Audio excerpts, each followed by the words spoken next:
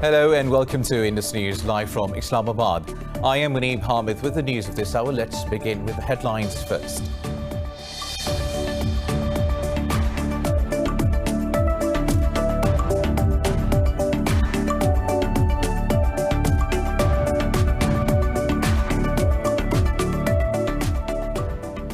Pakistan says India is delusional to think it can remove the issue of occupied Jammu and Kashmir from the agenda of the UN Security Council. Pakistan's UN envoy Munir Akram says the agenda can only be changed with a consensus of the Council. Earlier, New Delhi asked the UN body to remove the issue ahead of the 75th session of the General Assembly this month.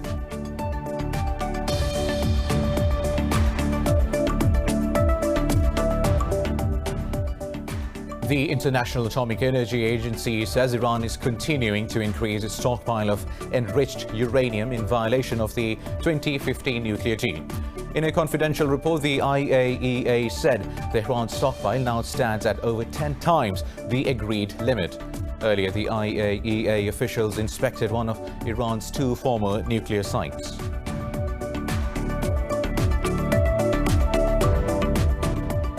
Washington alleges China has taken the most active role among the countries looking to interfere in the US presidential elections in November.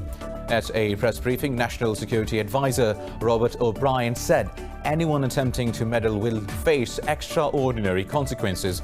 China has consistently denied US claims of influencing its domestic politics.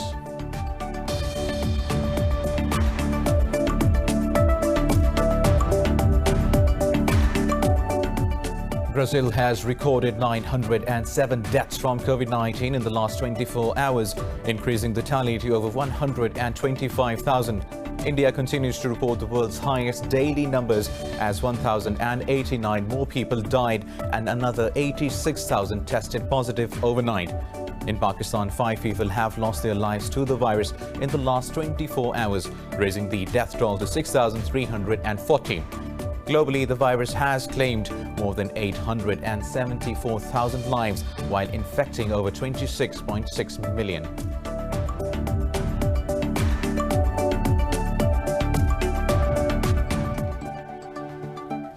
News in detail coming up after a short break. Stay tuned.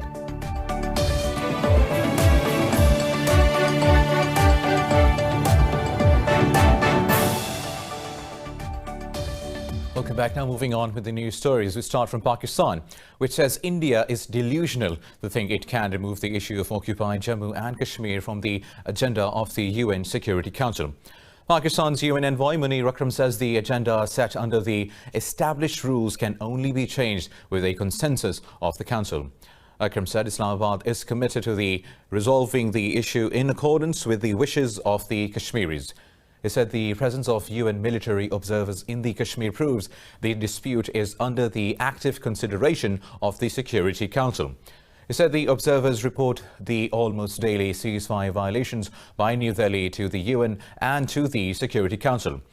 Earlier this week, New Delhi asked the UN body to remove the issue ahead of the 75th session of the General Assembly this month. The International Atomic Energy Agency says Iran is continuing to increase its stockpile of enriched uranium in violation of the 2015 nuclear deal. In a confidential report, the IAEA said Tehran's stockpile now stands at over 10 times the agreed limit. The agency said Tehran's low enriched uranium stockpile grew by 533 kilograms to over 2,100 in just over 3 months. The 2015 Joint Comprehensive Plan of Action allows Tehran to only keep a stockpile of just over 200 kilograms.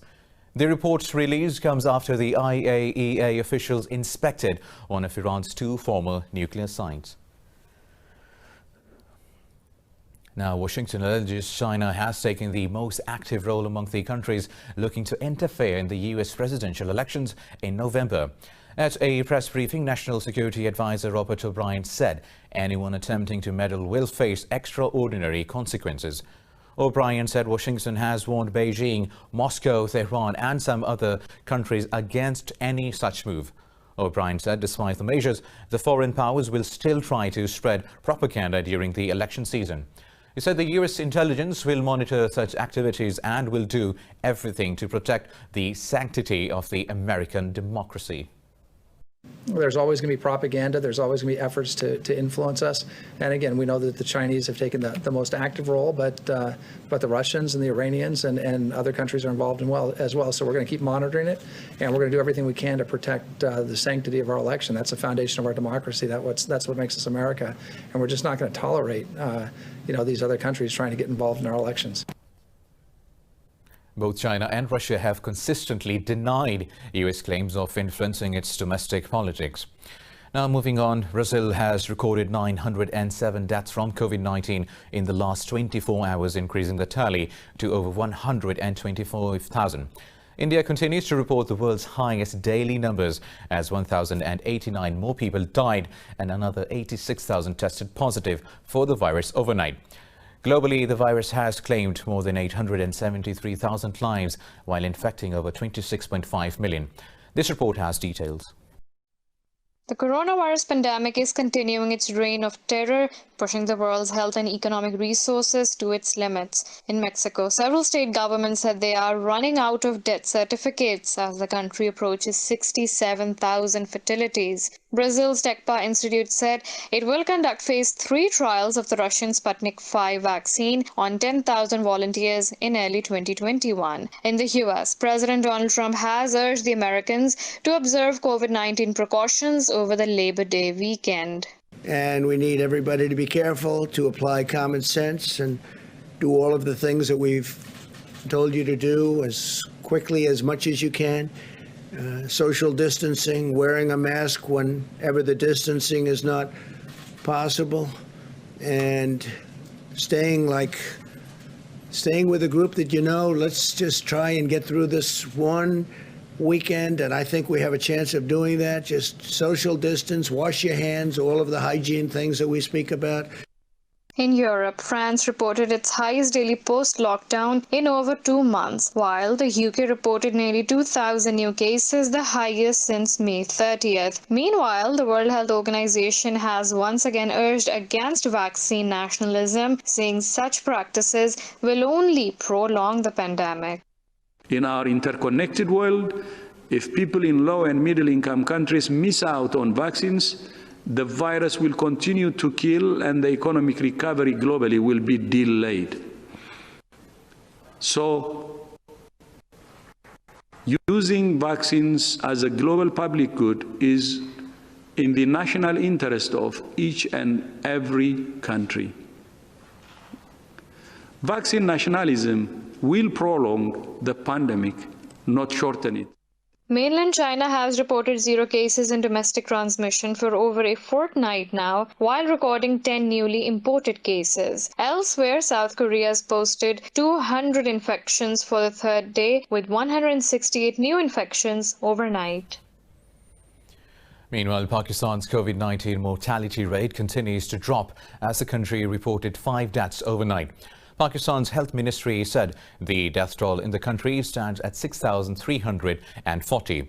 The health ministry reported 513 new infections, raising the number of active cases to 9,132.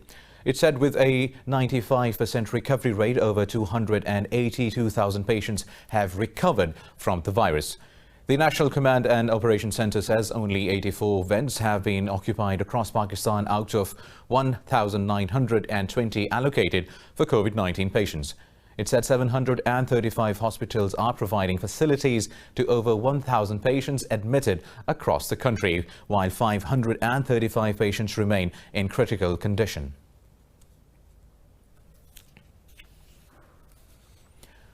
Moving on, Serbia and Kosovo have agreed to a US brokered deal to normalize economic ties.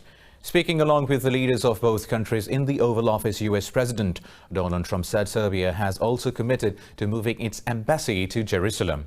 Trump said Kosovo has agreed to establish diplomatic ties with Israel. Serbian President Aleksandar Vučić said there were still many differences between Belgrade and Pristina. While Kosovo's Prime Minister Abdullah Hoti said the agreement must lead to mutual recognition between the two countries. The announcement came after 2 days of high-level talks among the leaders and senior Trump aides. Now moving to Mali, where the militants have killed 10 soldiers near the west-central town of Guéré at Mauritania border. The attack was the deadliest against the armed forces since an August 18th military coup in the country. In a statement, the military said reinforcements have been dispatched to the attack site. International powers fear the ousting of President Ibrahim Boubacar Keïta can further destabilize the West African nation. Now, Sri Lanka says there is no real risk of a spill from a fully loaded supertanker that caught fire off the east coast of the country.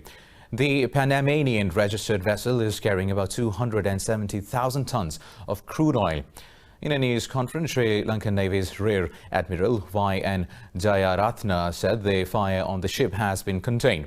He said the live flames have now died down and there is only white smoke emanating from the vessel. Navy spokesman Captain Indika de Silva said there were 23 crew members on board and one of the Filipino sailors is presumed dead. He said the remaining crew have been taken off the ship by the Navy. Rescue operation is underway to tow the ship away from the coast after it started drifting towards land. Moving on, Sudan's power-sharing government and a major rebel group have agreed to achieve democracy and make the country a secular state.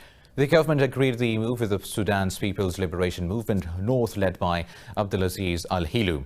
The group had not joined a deal signed on Monday to end wars stemming from the rule of the ousted leader Omar al-Bashir. The group said Sudan is a multi-racial and multi-religious society and the deal affirms full recognition of these diversities. The declaration said the state shall not establish an official religion and no citizen shall be discriminated on the basis of religion. 3 major groups signed Monday's deal, including factions from Darfur, where more than 300,000 people have been killed since 2003. Now, the U.S. has blacklisted 4 individuals for allegedly aiding the Venezuelan government to prevent free and fair elections in December. In a statement, the Treasury Secretary Stephen Mnuchin said President Nicolas Maduro's regime is attempting to seize control of the National Assembly. He said the Venezuelan government is trying to conduct a fraudulent election. Earlier this year, Indira Alfonso and Jose Gutierrez were appointed by the Supreme Court to oversee the National Electoral Council. The Venezuelan opposition and the US say the council is stacked with Maduro's loyalists and cannot oversee a fair vote. The main opposition, coalition led by Parliament head Juan Guaido, has vowed to boycott the election. Moving on, Russia says early tests on its coronavirus vaccine have shown signs of an immune response. This comes after Russia licensed the vaccine for local use in August, becoming the first country to do so. In their first report on the vaccine, Russian scientists said every participant developed antibodies to fight the virus and had no serious side effects.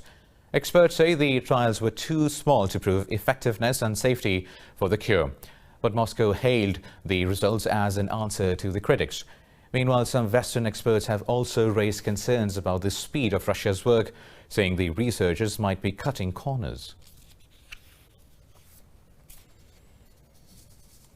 Now, Colombia's military has taken on a new enemy and is fighting deforestation in the country's national parks. The country's military is one of the most well-trained and well-equipped in Latin America. President Ivan Duque launched Operation Artemisa last year to battle against deforestation in the Amazon. Colombia's Defense Minister Carlos Trujillo said the military has recovered 248 hectares of deforested land in the La Macarena National Natural Park so far.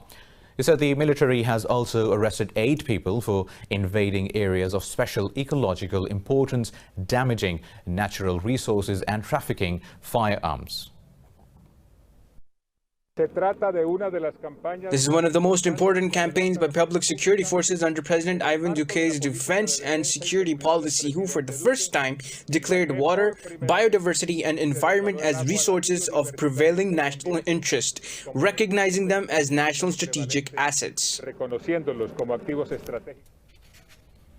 More news coming up in this bulletin after a short break. Stay tuned.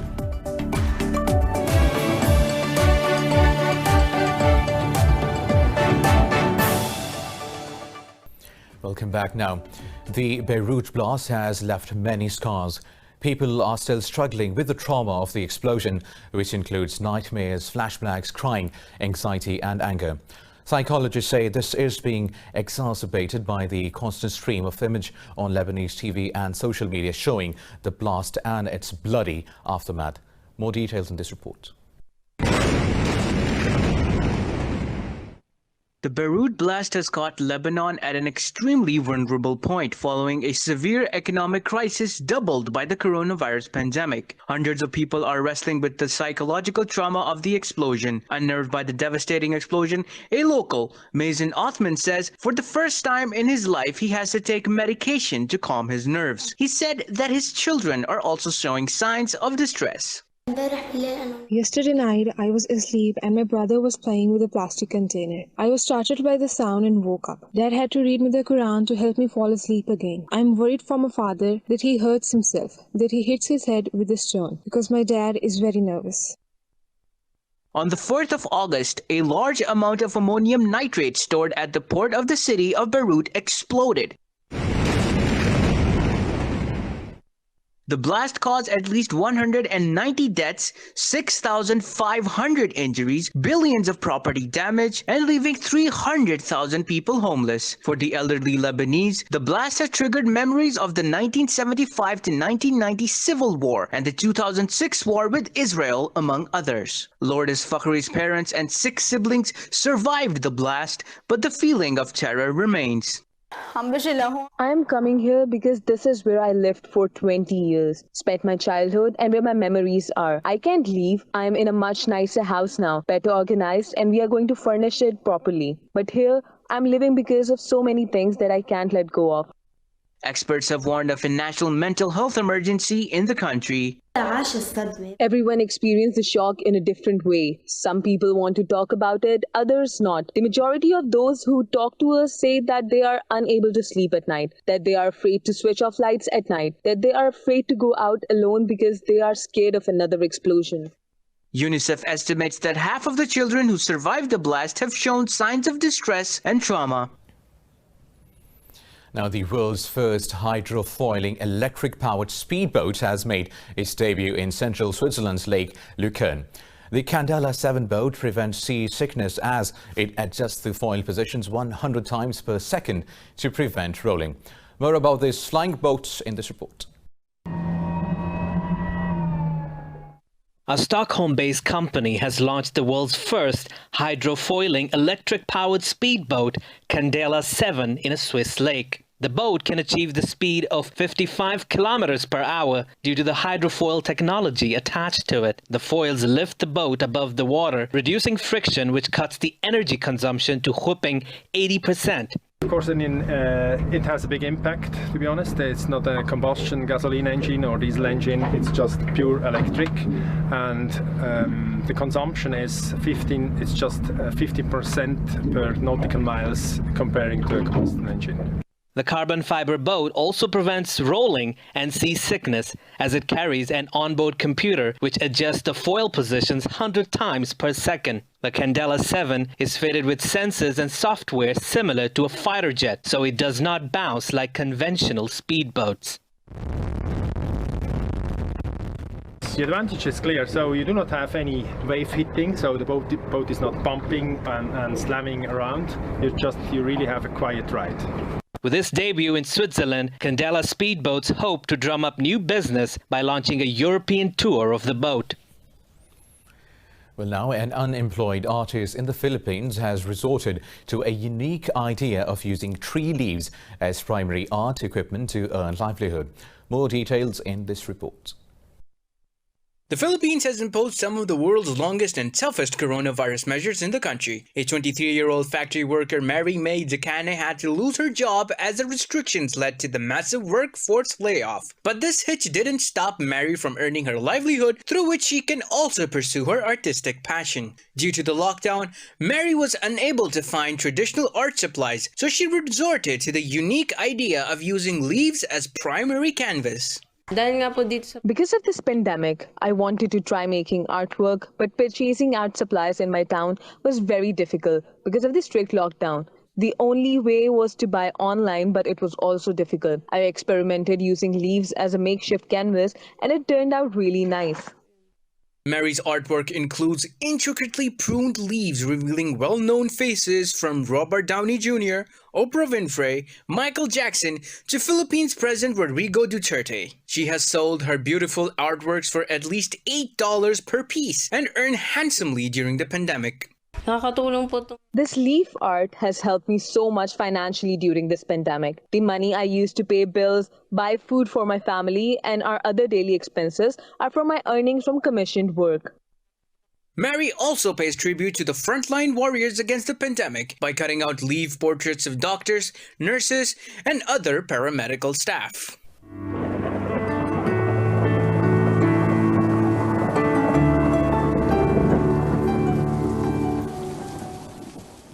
And now let's have a look at the weather updates across the globe.